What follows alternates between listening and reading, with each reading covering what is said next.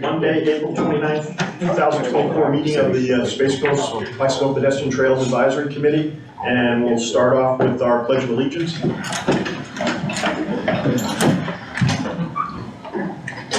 I pledge allegiance to the flag of the United States of America and to the republic for which it stands, one nation, under God, indivisible, with liberty and justice for all.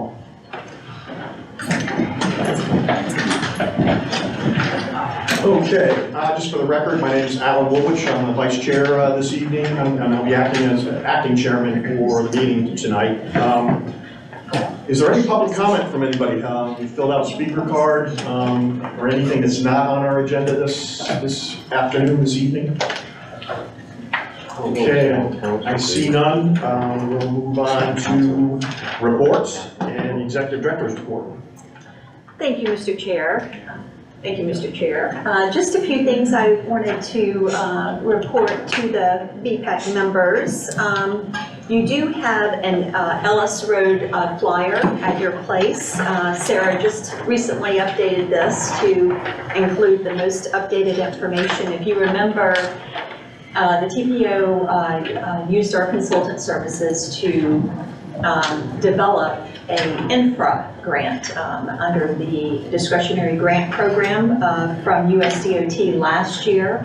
Unfortunately, we were unsuccessful in getting that award, but we are going through the process of round two, doing it all over again. And so we're working very closely with Brevard County, the airport, as well as Melbourne and the city of West Melbourne. We are all funding partners, so this really shows what regional collaboration is really about. This is a project that is definitely needed for the airport, the aerospace industry, and aviation, and the community.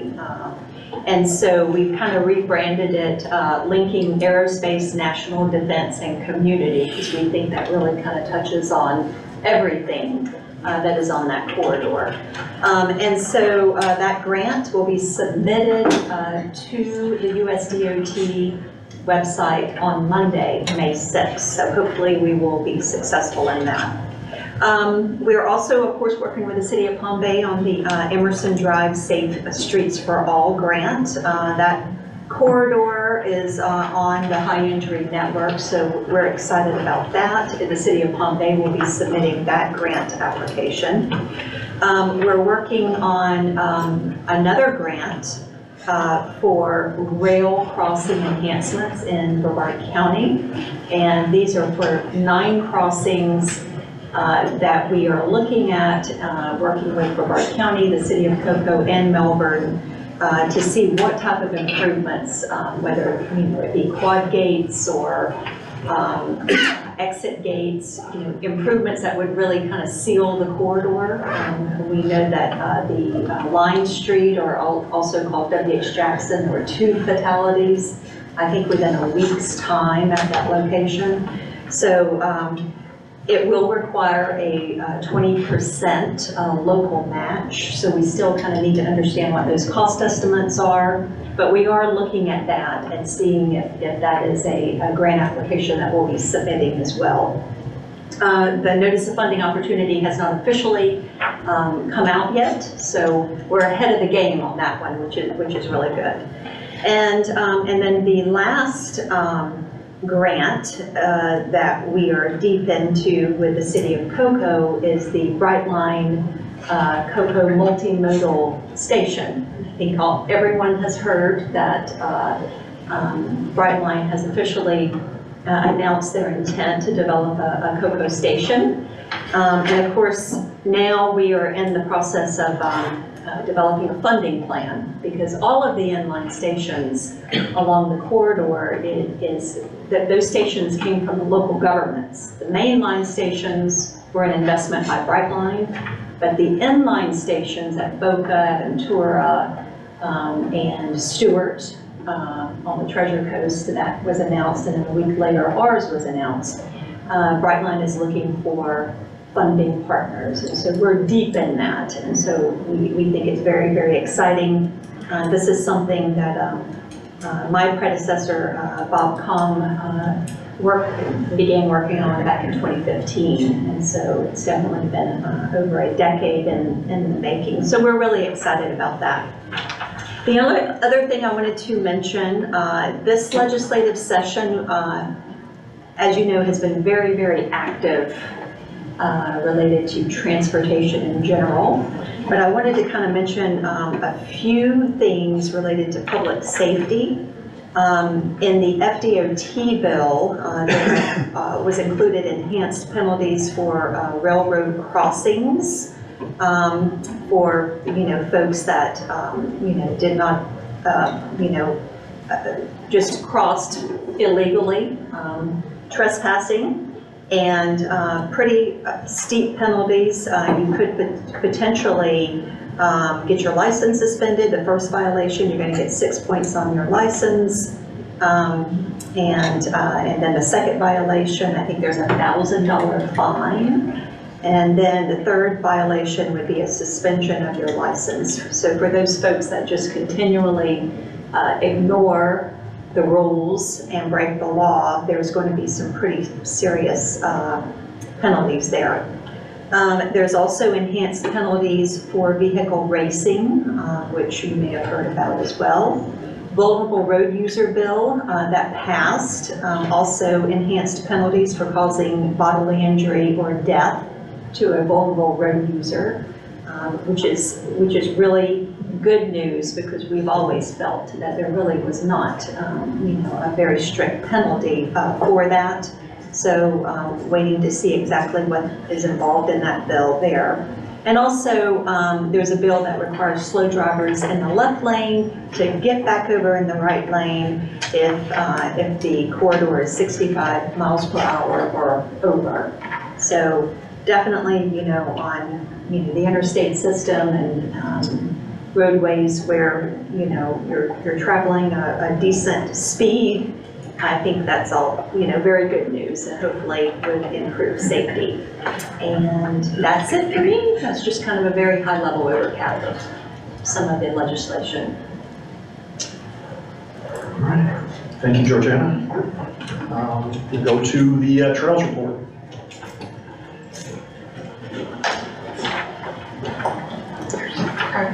Craig, there's the seat right here. Hi, good evening. Debbie Flynn, Space Coast TPO, Transportation Planner. The Space Coast TPO staff attended the Office of Greenways and Trails Council meeting in Winter Haven on March 27. Space Coast TPO Senior Planner Sarah Crom presented at the status of the eastern portions of the Coast to Coast Trail, including discussing the Central Florida MPO Alliance, Trail Priority List, the Space Coast Trail, the vital importance of the coast-to-coast trail economic growth, multi-mobility, and tourism. The coast-to-coast trail was ranked the highest priority by the council, #1. Space Coast TPO anticipates the completion of the coast-to-coast trail with Brevard County by 2030. The North Merritt Island Pioneer Feasibility Study and the Southern Brevard Trail Master Plan is underway. And in your packets, we have a newsletter of the updates of these two projects. And we also have the ranking of all the other trails from the council as well. Thank you. Okay. Thank you, Debbie. FDOT reports. Stephanie here, or staff want to give an update on anything? I'll give an update real quick. Thanks. Stephanie, she provided the link and information for the inaugural Central Florida Safety Summit. This will be taking part in Orlando on May 17th from 10 a.m. to 2 p.m. It includes some really great speakers, and it's really focusing in on Vision Zero and Target Zero efforts, as well as unveiling their safety strategic plan, which they had the workshops for, oh gosh, was that in March? Yes. March. They had some workshops in March. There was one up in Titusville. All BPAC members, should have received an invite. So. Sarah, just wanted to mention that they are going to have a panel that Secretary Tyler will be moderating, and Don Willis, council member from Cape Canaveral, will be on that panel representing the Space Coast TPO, so we're excited about that. Okay, anything else on FDOT? We're good? All right, thank you. We're going to move to the consent agenda. We're looking for a motion to approve both the meeting minutes and also the work order for 2413K, the Dixon Road Complete Streets Analysis Scope of Services. So everybody's had a chance to look at that. Is looking for a motion for approving the minutes and the work order. Motion to approve by Wesley. Wes, thank you. You got the second? Second. Second by BPTAC. Okay. All in favor, say aye. Aye. Any opposed? Motion carries.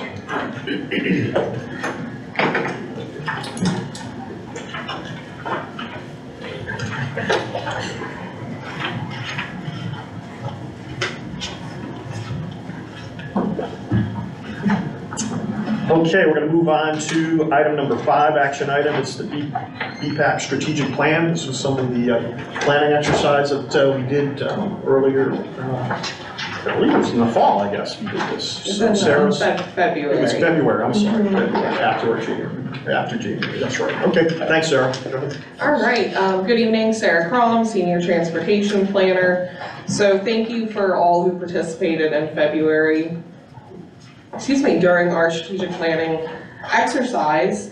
And so what we did is we took back everything that we heard from the survey that we had sent out that evening, the various activities that Zoe and Debbie led, and we started kind of trying to shuffle through the activities that were mentioned, as well as also the words that were thrown out when talking about visions and missions, and hone in on, okay, what is doable and achievable, and also what is relevant and stays, within the parameters of an advisory committee to a transportation planning organization. And so we developed a draft strategic plan that basically mirrored our governing board strategic plan. And so if you recall, when we were walking around, we were discussing the emphasis areas that our governing board strategic plan, which ultimately the advisory committee supports our governing board. And so what we did is we developed a draft BPAC strategic plan around that as basically the outline. So I'm just going to quickly go through it and then we can chat about it. So from taking all of the recommendations and the words that were thrown out, we were saying it was a vision, but really as we started writing it, it really kind of interpreted more into a mission. And so what we're proposing is to collaboratively review plans and make recommendations to the Space Coast TPO Governing Board to improve bicycle, pedestrian, and trail facilities and enhance multimodal connections for people of all ages, incomes, and abilities. Within the core values being focused on safety, equity, and innovation. So going through our 5 emphasis areas, we have leadership, which is to represent and promote the Space Coast TPO. What we saw as opportunities for the BPAC over the next couple of years is you as the BPAC members reporting your activities to your city, town manager, your TAC representatives, whoever would be the relevant person, attending public meetings, making formal comments, and also to help us get the news about the TPO in our public meetings and our social media and stuff out. Other potential activities we thought that could help this is having a joint meeting with the Indian River County MPO BPAC. Especially with us having the Southern Bar Trails Master Plan going on, there's going to be a point in that project where it would be really great to have both BPACs come together. Having a presentation from Office of Greenways and Trails and their programs and the economic impact of trails, as well as trust for trails, because that was the topic that was coming up. So safety. From the Governing Board Strategic Plan, implement a safe transportation system for all users. So what are some things that the BPAC could do? Championing Vision Zero, and supporting innovative safety countermeasures. Some of the things that we thought could support this is developing Vision Zero and countermeasure fact sheets that, we could work on together, and also us providing you with more Vision Zero updates and data. Linking transportation and land use, plan a network that provides transportation choices. So this was kind of all encompassing. This is the bulk and the meat of what we do as the TPO. And so your participation, while we're developing plans and programs, such as we'd like to do a sidewalk gap analysis, the Southern Broad Trails Master Plan, the North Carolina Pioneer Trail feasibility study, Dixon Road, as well as also we thought it might be really interesting to have our municipal members, such as Todd and Nicholas and Frank, come and tell us about what are their cities doing to make, and John, and tell us what they're doing as a community to make their cities more walkable, bikeable, and trail friendly.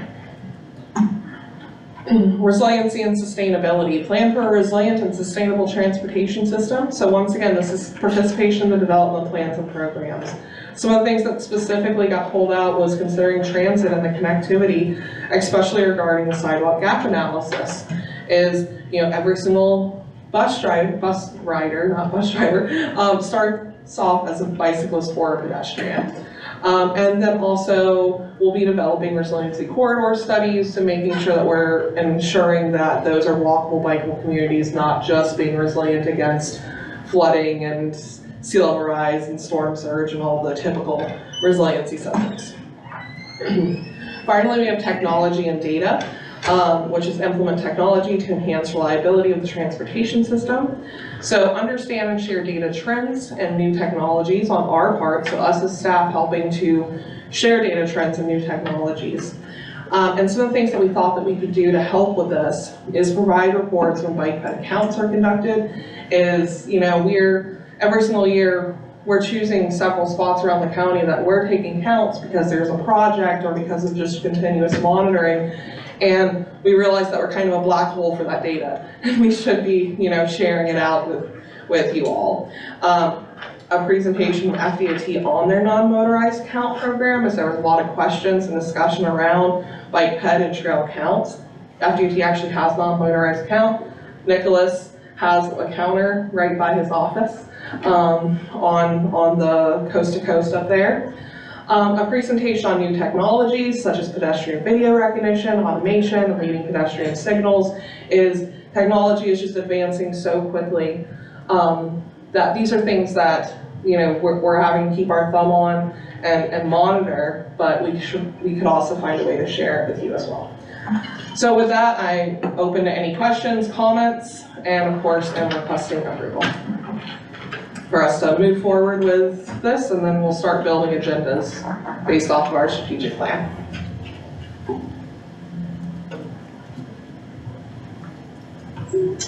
Okay, I've got a few questions. So what's the time span on this? Because when we look at the strategic plan for the governing board, for example, which was in the back of the packet, it's 2023 through 2025.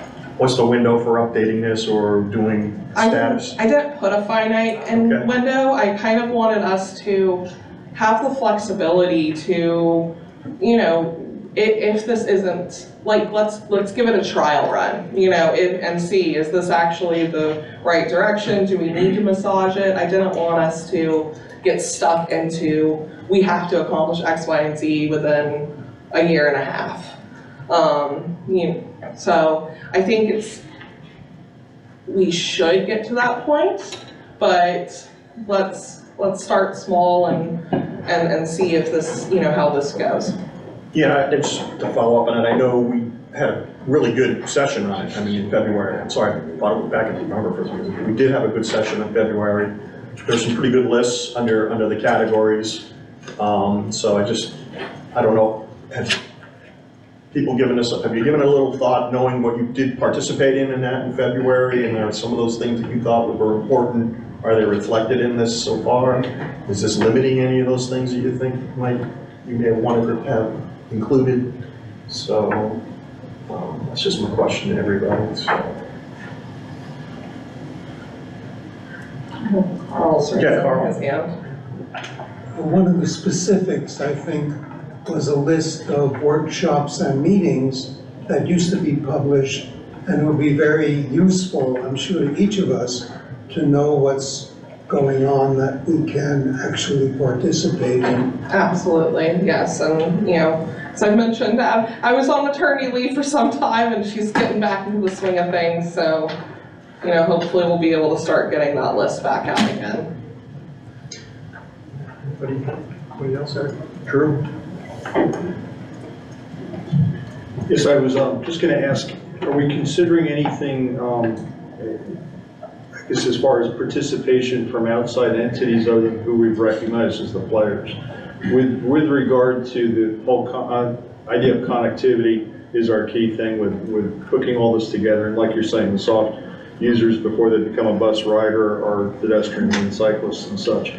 The other thing that I think we're missing, because I've thought about this and I agree with Alan, you know, the February session really was productive and brought up some good things, but I think if you look at the future of what we're trying to achieve, you know, one of the big questions is, do we have the right players fully involved? And I guess I'm wondering, do we need to look a little bit beyond even the municipalities? Because I was considering a lot of things that came up even in our local trail group meetings and such. But one of the things that seems to be missing is an acceptance of ADA trails. You know, if we're going to separate the vehicle from the pedestrian or cyclist, which is the main thing of Vision Zero, I mean, ultimately the two, we don't want the two in the same place at the same time unless they're driving or riding. You know, but the key thing is I think some of the players in our immediate area aren't involved yet. And I guess where I'm thinking on this, it may be, you know, Tillman Canal System, you know, some of the folks, St. John's, the Environmentally Endangered Lands Program, those folks, I'm not sure it's part of their mission. You know, you're talking mission right now, but missions have to parallel the different players, if you will, want to achieve a common objective. And I think, you know, they do not see currently that we are really needing to borrow some areas in order to have some pathways, multimodal, et cetera, to try to achieve Vision Zero. I don't know if the county, for instance, has mandated, yeah, this is important at the county level. You know, we've gone all through the municipalities, but are we missing something there that the county may not fully appreciate, that we may need to talk to some of the internal folks in the county level in order to make all this come together? And that's a roundabout thing, but I think we're missing some players, and I'm just wanting to make sure that what you're seeing out there has got enough flexibility for some additional thing. We can always, you know, we do have several open spots in the BPAC right now, and, you know, we can always reach out to folks like St. John's and Melbourne Tillman. We do have we have 3 Brevard County staff members represented at the table, with Devin representing Public Works, Jen representing Space Area Transit, and then Tim Craven, who's not here tonight, represents planning. The county has adopted Vision Zero. Mm-hmm.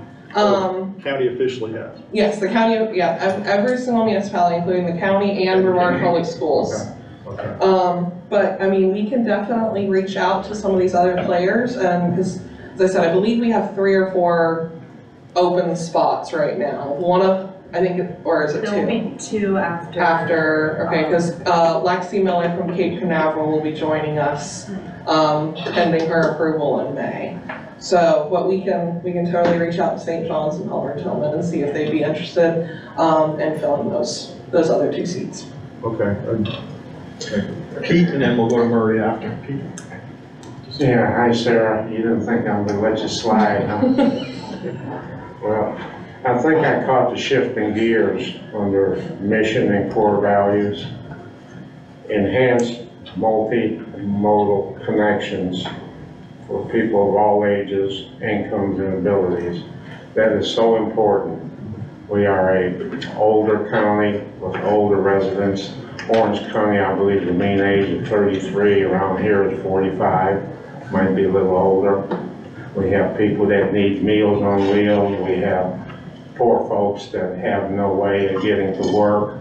And so this here gets us away from trails and gets us into an entirely brand new need. and the need is there.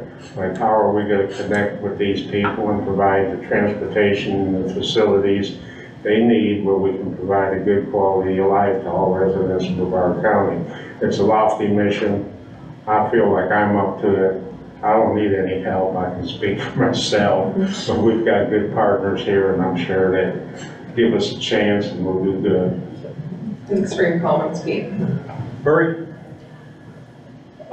You know, I kind of was trying to decide if, whether this was part of the South Brevard Master Plan discussion or what Drew just brought up, but I sort of agree that, like, you know, for the most part, like a group like Melbourne Tillman is about moving water, but they will also implement whatever their executive board wants them to implement. So if I mean, they're good folks, they want to do what but for the most part, their job is to move water and move it efficiently. So, but like, especially in Palm Bay and parts of West Melbourne, I mean, they control several hundred miles of canals, and some of those might be appropriate for greenways. And that'll be addressed as part of the South Brevard Master Plan. But if there isn't some way to try to have a discussion with their managing entity, then I don't know that it will go anywhere, or if the mindset of the folks attending might be, you know, I don't need this isn't what I'm directed to do right now. And similarly with the Environmentally Endangered Lands Program, there is part of the South Brevard Trail installed on one of their fire breaks, and it has been, you know, controversial, even though the history of it was, you know, goes way back, and Malabar, you know, vacated rights of way to way back when that property was purchased to allow that to happen, trade. So, I mean, I didn't understand why it was controversial, but in any case, were the county commissioners, were there a discussion within, maybe from this organization or from others with the county commissioners, that, you know, we shouldn't have, there should be at least some direction that you shouldn't have public property such as the environmentally endangered lands be, you know, that should be a place where trails ought to go, to not, you know, and not, you know, avoiding, you know. So, I mean, you know, that's another one that, you know, possibly there might be some way to have that discussion and influence the management structure, starting with the county commission, or maybe at the TPO level, or, you know, the technical advisory committee level or something, you know. And that's just an example. And I think St. John's Water Management District has been a little more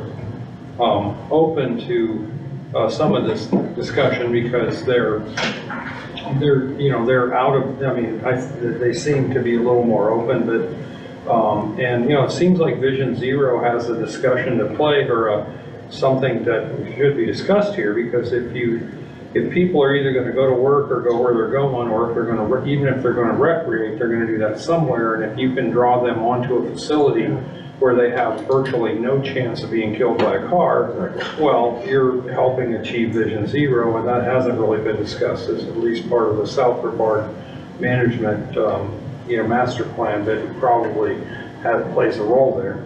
So if you refer to page 7 in your agenda package, it's the Southern Brevard Trails Master Plan newsletter.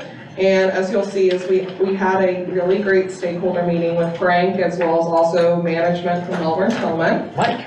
And we also sat down and we spent, I don't know, 2.5 hours at the EEL office, you know, really digging into the, you know, the potential of trails. So we are engaging. We have another upcoming meeting with FP&L, we have another upcoming meeting with St. John's River Water Management District, and we're really trying to work through and massage this. So then, when the Southern Brevard Trails Master Plan Working Group meets again in what, mid-June? Yeah. June-ish? Yeah. You know, we've had those conversations, and we've laid the groundwork for exactly what you're talking about, Murray, a positive partnership. So it's happening. I don't think the appropriate place for it to happen is within our strategic plan, because it's happening within that project. And so that's project specific versus strategic plan is organizational specific, if that makes sense, kind of, you know, do you understand why I'm trying to differentiate the two? Is the strategic plan is who are we moving forward, and the Southern Brevard Trails Master Plan is a very specific project. Yeah, but wouldn't that go to leadership though? I mean, literally, Southern Brevard Trails Master Plan is mentioned multiple times within the strategic plan document, so. Okay. So it's not like it's not there, it's just, I just don't wanna get that granular within a strategic plan. That's correct. Yeah, well, while we're on the subject, it's kind of gone off task a little bit, but just listening to this, I'm in full agreement, and even though there's been great meetings and there's headway being made, I've witnessed similar comments and similar things over the years, and then things kind of fizzle out. I concur with what Drew said, and I really think, it's really amazing what SCTPO did, getting all the cities in this county all involved in Vision Zero, and the county's involved, but I think it'd be really nice to see the actual EELS logo and the Melbourne-Tillman Canal District logo and the St. Johns River Water Management logo on your slide you have of everybody in our county that's all in for Vision Zero. And I'd like to hear, I was glad to hear you say FPL. I'm thinking down the road, I'd like to see FPL. I'd like to see the gas company. They've got a gas line running through the woods from north to south with some easements on it. But if these people at the highest level, at the board, if they were involved in Vision Zero and it became part of their doctrine that this is something they do, just like Drew said, I'm sure the land managers and the guys in the field right now, I'm supposed to move water. I've got this, I've got this sanctuary and it's woods, and it's gonna be difficult. It's gonna take our resources. It's gonna cost money to do these trails. We don't want to do that. Well, when that's part of their mission, an important part of their mission, they're gonna have more resources allocated. They're gonna get bigger budgets. It's going to open up opportunities for some of the federal grants, right? There's a couple of federal programs that can help with Vision Zero that they might not be tapping into now. And it might get into, I don't have the privilege of going to the meetings from the South Brevard Master Plan, but our town manager updates us down at Grand Bulgaria as to what's going on. And I know it was the first meeting, but just totally reading between the lines, this is totally me. It seems like some of these big stakeholders that have the land, where in my opinion is where we should be targeting to go. It makes sense, it's a lot of land, it's right there.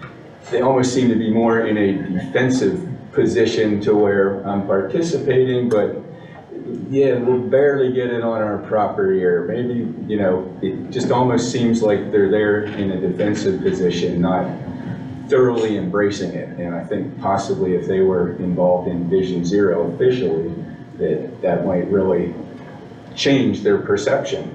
And yeah, I don't think they're doing it from negative reason. I just think they're, they have the habit of what they've been doing forever. And this is something new that's going to be difficult and time consuming. So I think until it's mandated by their specific board, I don't know that having a seat here, it'd be nice to see those people have a seat here, but I think just having them officially taking part in Vision Zero would be a huge step, and we'd probably see that make a change. Well, we can certainly bring that back to Shelby, our Vision Zero coordinator, and see what, Georgiana, it looks like you're about to. No, and I think that's a wonderful point. I will say that just because an agency and an organization adopts this Vision Zero doesn't mandate them to do anything. And the other challenge is, funding perspective. And then there is the political perspective, and Frank knows what I'm talking about. We love our elected officials, but, sometimes our citizens, the constituents don't always buy into projects that support Vision Zero. So there's always a challenge. Doesn't mean that we don't try, but adopting a Vision Zero resolution really doesn't mandate you to do anything. Yes, we can maybe put a little pressure on them, and you know, got to support Vision Zero. You know, if you're going to adopt a resolution saying that I support Vision Zero, we hope that you do as much as you can, to get us in that direction. And all of our local government staff does that, but there's a lot of other factors involved. And so I think your point is really well taken.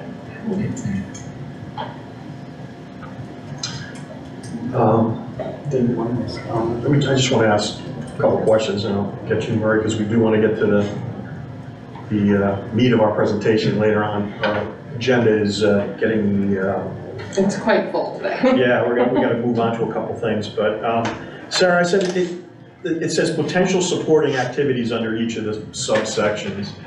So that doesn't mean we're limited to those, are there? If there are other things that we raised. I wanted this to be super fluffy. I didn't want to pin you guys into. Because in all fairness, we haven't seen the punch list from what we got under each categories from when we, participated in the event. So I mean, if you guys there may be some additional things like that I may want to see myself that I have interest in, especially in the areas of equity. I mean, we mentioned equity in here, but there may be things that might be a little more specific tied to equity that we might want to revisit and look at over, as we go over this 2 or 3 year period that we're doing this. So hopefully this isn't a limiting list to things that we think may be important that the whole group might agree on, as we look at. If you guys are uncomfortable with approving it tonight, we can always, shelve it. You guys can sit and marinate on it. We can approve it in June, at our June meeting.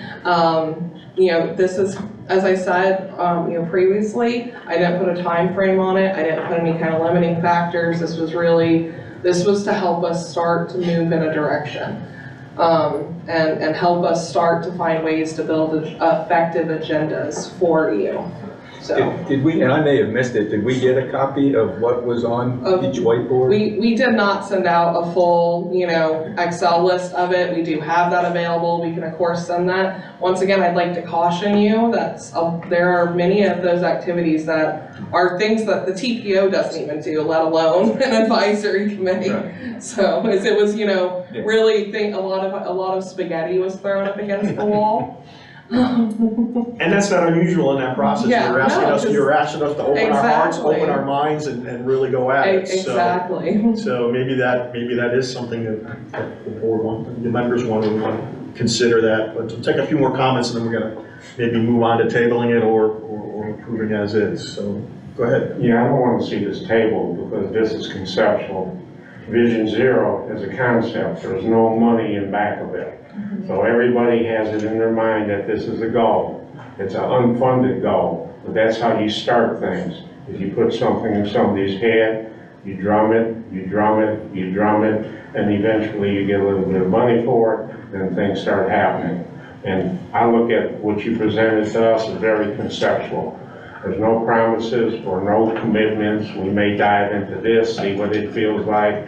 We may dive into this, see what this feels like. I don't want to see this table. I want to move forward in a positive direction. So I'm going to make a motion that we approve this.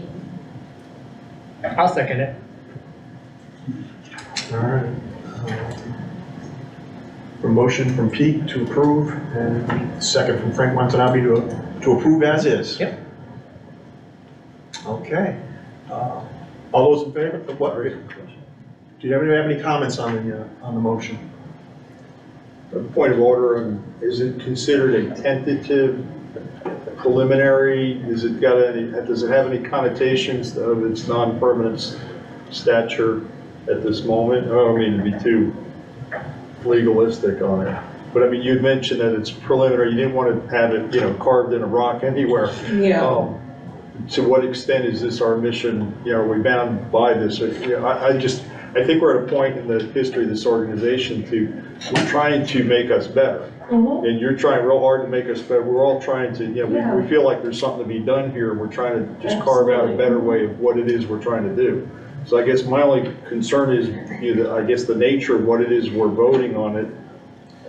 How about? What are we calling it? How about I propose, let's next January, or, let's reopen it back up and let's look again. Do we still feel like you know, this is our mission and this is our core values, and I'll throw a date on it, as, you know, as basically we're adopting this for 2024. Oh wait, Laura's getting, I'm just throwing out there, we run off fiscal years, if you do it That is July true. to June, it goes with report. It also goes with money if it ever becomes available. that is true, thank you, Laura. Okay, so let's reevaluate this in next April for Can you hang on, Sarah?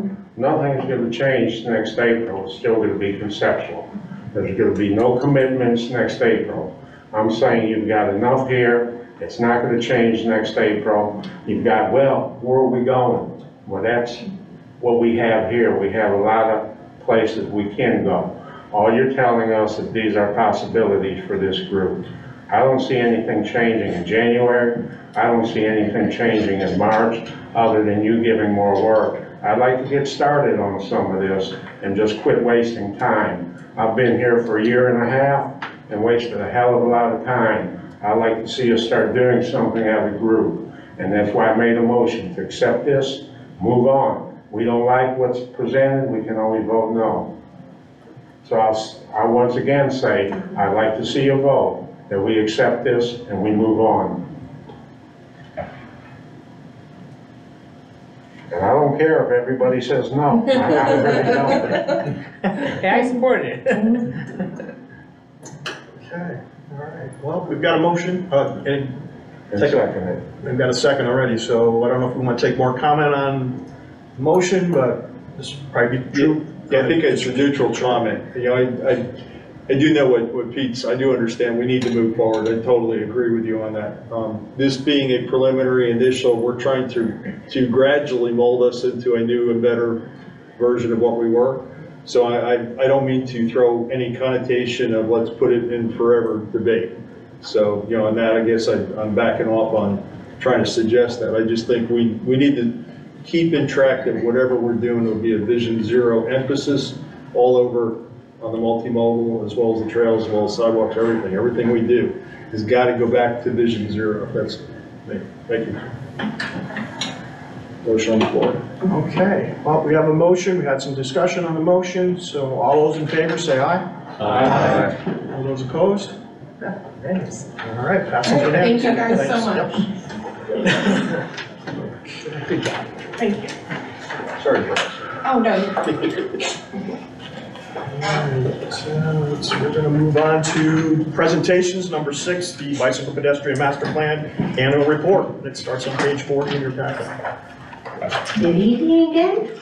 And to go with the strategic plan, the Bike Ped Master Plan is linking transportation and land use, going off what Sarah just went off.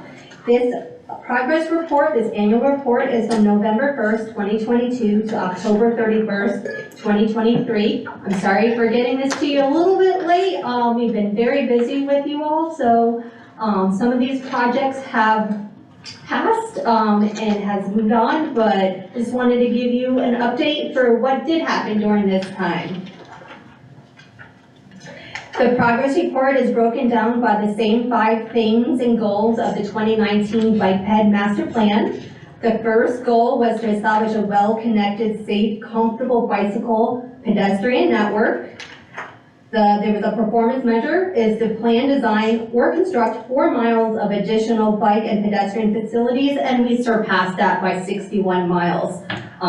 Some notable projects to discuss was the completion of the mid-block pedestrian signal along State Road A1A from Cocoa Isle Boulevard to St. Lucie Lane.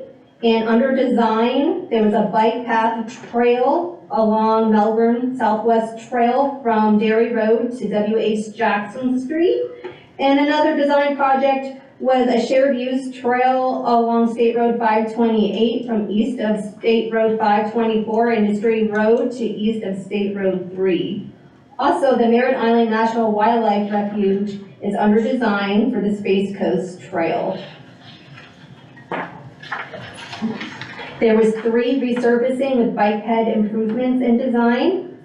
And there was a few showcase regional trail projects to spotlight. The Space Coast Trail is under design. The North Merritt Island Pioneer Feasibility Study is underway and is funded through Sun Trails. The East Coast Greenway from US 1 from State Road 50 to Grace Street is funded via Sun Trails for design in Titusville. The Atlantic Avenue and Ridgewood Avenue trails in Cape Canaveral were designated as part of the East Coast Greenway. And the Southern Brevard Trail Master Plan was approved during this time. The second goal was to partner, educate, enforce, and engineer safe use of facilities. Our Space Coast TPO Education Outreach Coordinator was very busy this year. All municipalities, including Brevard County, Brevard Public Schools, adopted Vision Zero. She hosted a Vision Zero workshop, held bicycle helmet promotion training classes, attended Mobility Week pop-ups with Space Coast Area Transit. The BPTAC assessment was completed. Space Coast TPO attended the US 192 pop-up event and National Stop on Red Week kickoff event in the city of Palm Bay. And we attended the bike and roll school days at multiple schools within Brevard County. The third goal is to empower people of all ages and abilities to walk or ride a bicycle regularly. Space Coast TPO's Education Outreach Coordinator hosted a virtual walking safety presentation for the 2023 Running Zone Spring into Fitness Challenge. She held a Helping Seniors educational series, your transportation checklist panel presentation at assisted senior centers. She also hosted 6 bike rodeo events. And Brevard Public Schools distributed the student travel survey prepared by the Space Coast TPO. The Space Coast TPO developed a student travel survey summary tool and graphical summary report, completed the City of Rockledge school routes analysis, and the City of Cocoa school routes was underway. The fourth goal was to increase awareness of the network, safe practices, and public health benefits. Space Coast TPO staff attended and presented at the Coast to Coast Alliance kickoff meeting at Wekiva Springs State Park and presented the Bike Pen Master Plan to the Central Florida MPO Alliance. Staff continued local collaboration with municipalities, and we began coordinating meetings with Brevard County's Housing and Human Services. And we continued coordinating meetings with Space Coast Area Transit. Lastly, the fifth goal was to pursue equitable distribution of projects, programs, and funding. The Space Coast TPO Education Outreach Coordinator participated in the Little Growers Harvest Yam Festival. Space Coast TPO staff began the 2035 Transit Development Plan update and the 2035 Transit Development Plan's Transit Rider Survey. Merritt Island Redevelopment Agency installed 4 Space Coast Area Transit bus shelters, and staff updated the equity emphasis areas through Vision Zero Action Plan. And that is the update for our progress report for the Bike Ped Master Plan. Any questions? Okay, seeing no questions, we're going to move on to the Cocoa and Rockledge Schools Analysis Report. And that's Debbie also. I'd like to thank the City of Cocoa who's here, John Cooper, for allowing us to do the school routes analysis in your city. I think you're with Rockledge, right? I am. You'd rather be. That's okay. Did I say Cocoa? Absolutely. Oh my goodness, I am so sorry, City of Rockledge. Wesley is a citizen from Cocoa. Yes, that's why. It was right next to And me. his son bikes to Cocoa High, if That's I right. remember correctly, Yes. so. And speaking of Cocoa High and Rockledge High, they were the first high schools to be part of the school routes analysis project. So, the school routes analysis project identified routes to school projects. These included projects that improved bicycle, pedestrian, and driver safety mobility. In 2019 and 2022, the first round analysis were conducted in the city of Melbourne and Palm Bay. This past year, we conducted studies in the cities of Cocoa and Rockledge, which included 9 schools, and 2 of them were high schools. The study process collected existing conditions and analysis, followed by school coordination meetings and field reviews. After that, the draft recommendations were compiled and then sent to stakeholders and school staff for review. Finally, revised recommendations and final reports were created and slowly updated to the Space Coast TPO's Safe Route to School webpage, where you can find all the reports for each school. The school coordination meetings verified existing conditions, gathered additional information, and identified issues and opportunities with the school campus and study area. Existing conditions and maps were prepared ahead of time and annotated during the meeting, as seen on your screen to the right. Stakeholders and participants included the school principals or assistant principals, school resource officers, Brevard Public School facilities and transportation staff, Rockledge and Cocoa City staff, Brevard County traffic operations, and Space Coast TPO and our Piddleton staff.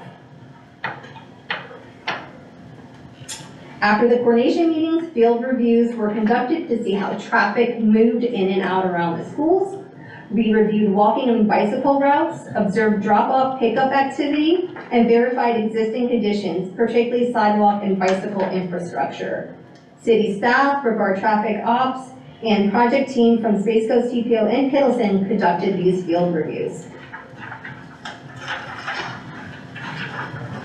Across the 9 schools, there were general recommendations including filling sidewalk gaps, restriping high visibility crosswalks, adding flashing speaking signage for existing school zones and appropriate markings, and installing or upgrading pedestrian ramps. Additional crossing guards were also recommended to manage traffic during pickup and drop-off times, which we all know can get very chaotic. So, each school had at least 9 recommendations. 2 schools had 16. Across the board, sidewalks and sign or signal projects were recommended most to fill the sidewalk gaps in the 2019 Space Coast TPO Bicycle and Pedestrian Master Plan, to incorporate safety through signal timing signage wherever possible. Detailed existing conditions, school coordination meeting notes, field review notes, and recommendations were all compiled in the assessment and implementation reports. Graphical summary reports provide the figures and maps for each of the school as well. So the municipalities could take these graphical summary reports when applying for any grants. The next step for the Space Coast TPO will coordinate with the cities of Rockledge and Cocoa, Brevard County, and FDOT. Many of the stakeholders can work together to implement these recommendations, and we could help with some low-hanging fruit for some of these recommendations that were in the report. School campus recommendations can be implemented through school funding, whereas maintenance, infrastructure, and feasibility study projects can access other sources of funding, including local and state operating budgets, community improvement programs, other state funding, including Safe Routes to School, like we're doing with Emerson and the City of Palm Bay, grants or nonprofit funding programs, and federal funding through Space Coast TPO. And it was a pleasure working with Piddleton on this project and the City of Rockledge and Cocoa as well, and the county staff. I'm here to answer any questions.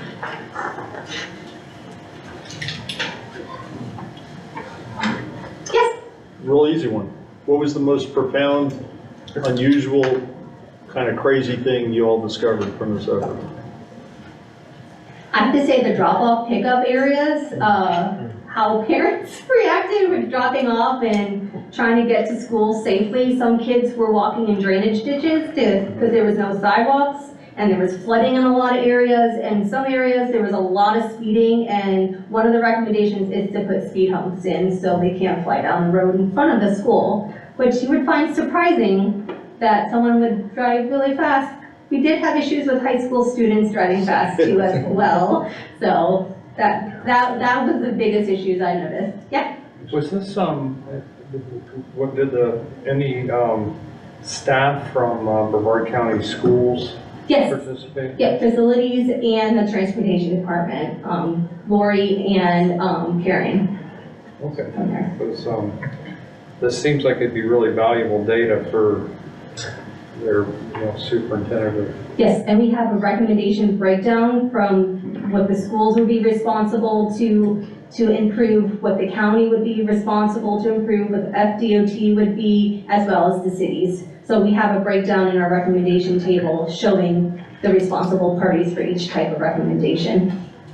And then we can use those, like the assessment, to apply for a grant for those improvements. Yeah. But just listening to you, well, I didn't find any facts and figures, but just listening to you, a lot of these schools have poor traffic circulation for pickup and drop off, like it wouldn't even considered in the school design. As a TPO, do we review modern school designs to see that they have proper traffic circulation so we can avoid the long lines on the highways? And it's just a question, it's just something I picked up from you talking. Usually we don't, unless it's through a school route analysis report where we could recommend it. Sometimes the school does reach out to the municipalities or the county to help with that as well. And I believe the county has helped with the new Vera Middle School pickup drop-off area. I wasn't talking past previews, I'm talking coming attraction.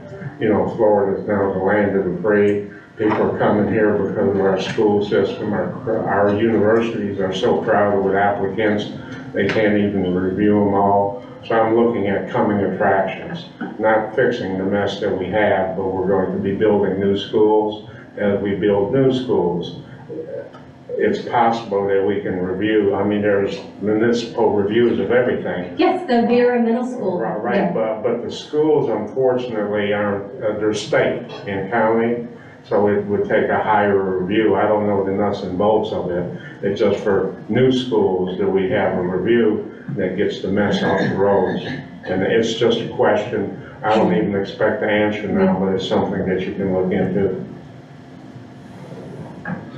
I think Pete's right. I think the average age of Brevard County schools is like 40 years. And so nobody was picking up and dropping kids off 40 years ago. Yeah. Go to school, get on the bus or walk. I mean, there wasn't any, it's a new thing in the last, 15, 20 years. So, I mean, I think newer schools have better, but, it's I agree. Like, there's an elementary school that I drive by almost, several times a week, and it has no zone meant for that, at all. Quite old. True. And just to add to it, the past job realm, doing analytics for school district in Brevard County, among things we would look at in determining a new site for a school, it has a certain core value as to how many full-time FTEs students can be supported by the campus, and you basically would be dealing with trends as whether it's what kind of schools, a middle school, pre-K, what type. There's a huge variety of schools. But I can add to this and again, this is a few years back now, but there was no recognition of where it's gone to. It's good points being brought up that our society has changed. And those folks that were designing what the school would look like as far as a traffic pattern, that was not in the past. And again, I've been out of it 12 years now. But my last take of it, there was a core analysis and there was some traffic study, but things have changed dramatically. So how to retrofit old schools, probably if there is hope for that, it would have to come from within this realm. I think it's a great idea, you brought up a whole new problem we haven't been thinking about. But It was in her scope of work. well, I think it's kind of why we're here. about it. But this, the existing schools, this is a major issue. It's amazing how the school staff comes together to get those kids in out.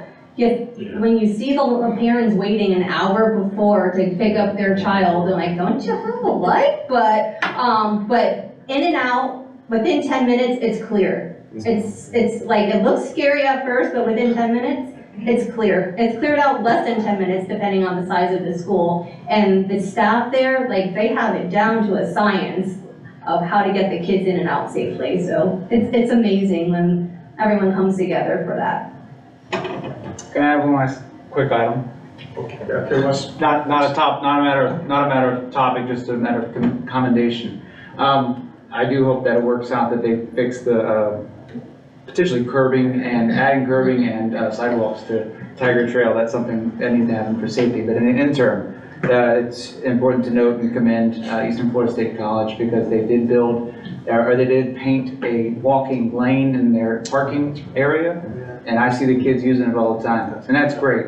It's no excuse for better sidewalks, but it's great in the interim. That's the one area that has a lot of drainage issues right Okay. there. Yeah. Thank you. Thank you. Okay. Oh, yeah. Todd, Jeff? Yeah, I just have a quick comment. Sorry about that. There actually is an interlocal agreement that was signed by all the municipalities and the school board back, I believe it's probably been 10, 12 years ago now. But as part of that agreement, it does include sharing of information from your school sites. It's been a while since I read it, but I do believe that there is some review by all parties for new school sites.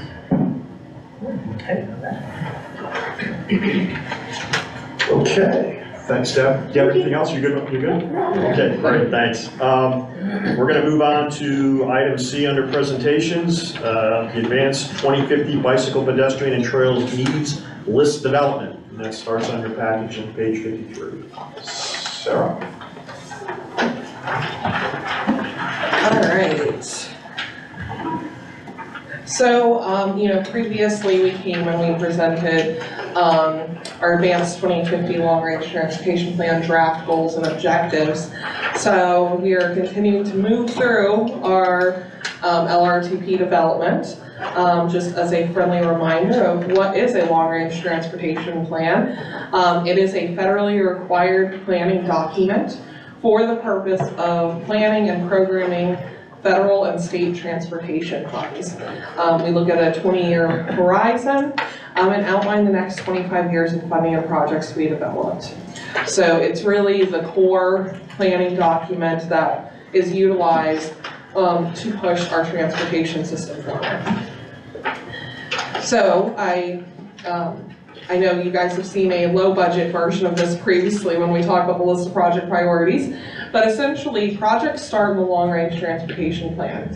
And then municipalities like Frank and Todd and all of our municipalities have the opportunity to pull projects out of the LRTP during our annual call for projects and request they be put on the list of project priorities. They get prioritized for funding, and then when money gets put on them, they go into the transportation improvement plan. So think about the LRTP as like the wish list, but it's fiscally constrained. The priority projects is like, or actually that's a bad think about the LRTP as like your meal plan. Your list of project priorities is your grocery list, and then the tip is actually the receipt of where you actually went and bought your groceries. So basically, the LRTP outlines projects from an idea to reality. I think that it's something that we really need to think about and digest, is the fact that transportation projects take 15 to 30 years.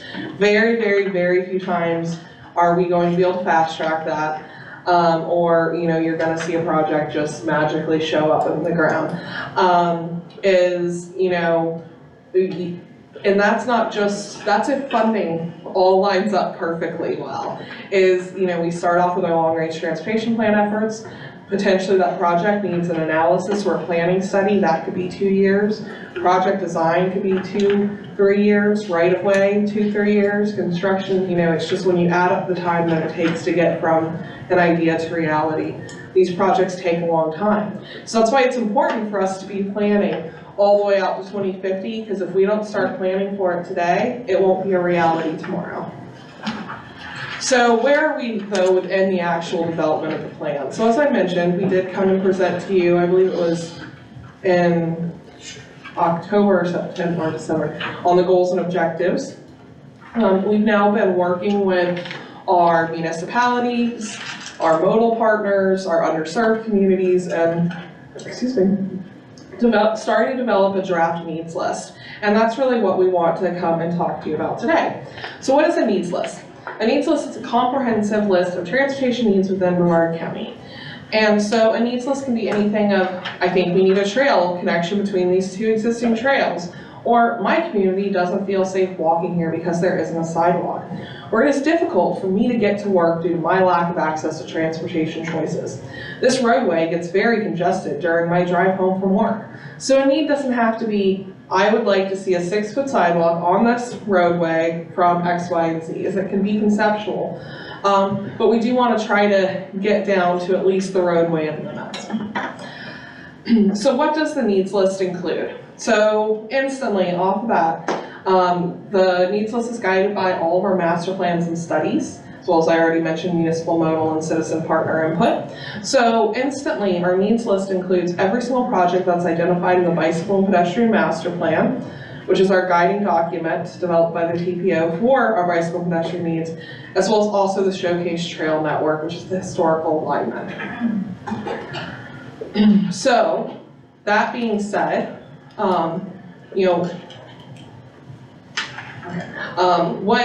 what bicycle and pedestrian master plan projects should we be prioritizing? And what showcase trail projects should we be prioritizing? So we did bring some maps of our bicycle pedestrian master plan and our showcase trail, and we can lay them out. You guys can stand up, walk around, look at them, talk to each other. We can spend about 15 minutes just, with you guys talking about the maps and drawing the maps and talking about what projects on those maps you feel should be priorities within the needs list. I got one comment. I think that one of the things that I think would be nice to focus on is South Brevard is looking at their master plan development with their own project.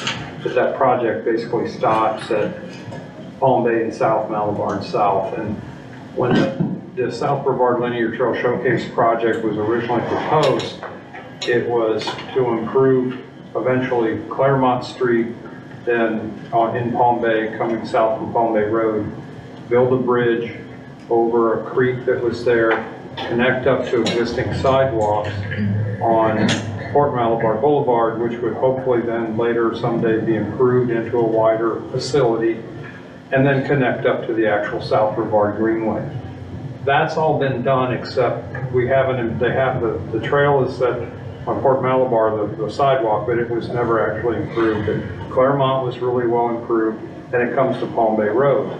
But there is no central Brevard concept for a north-south connector that I know of. Maybe it's in the master plan, but like, Claremont was to go north, hook up to Lipscomb, and hopefully that would be improved on one side when the road was rebuilt.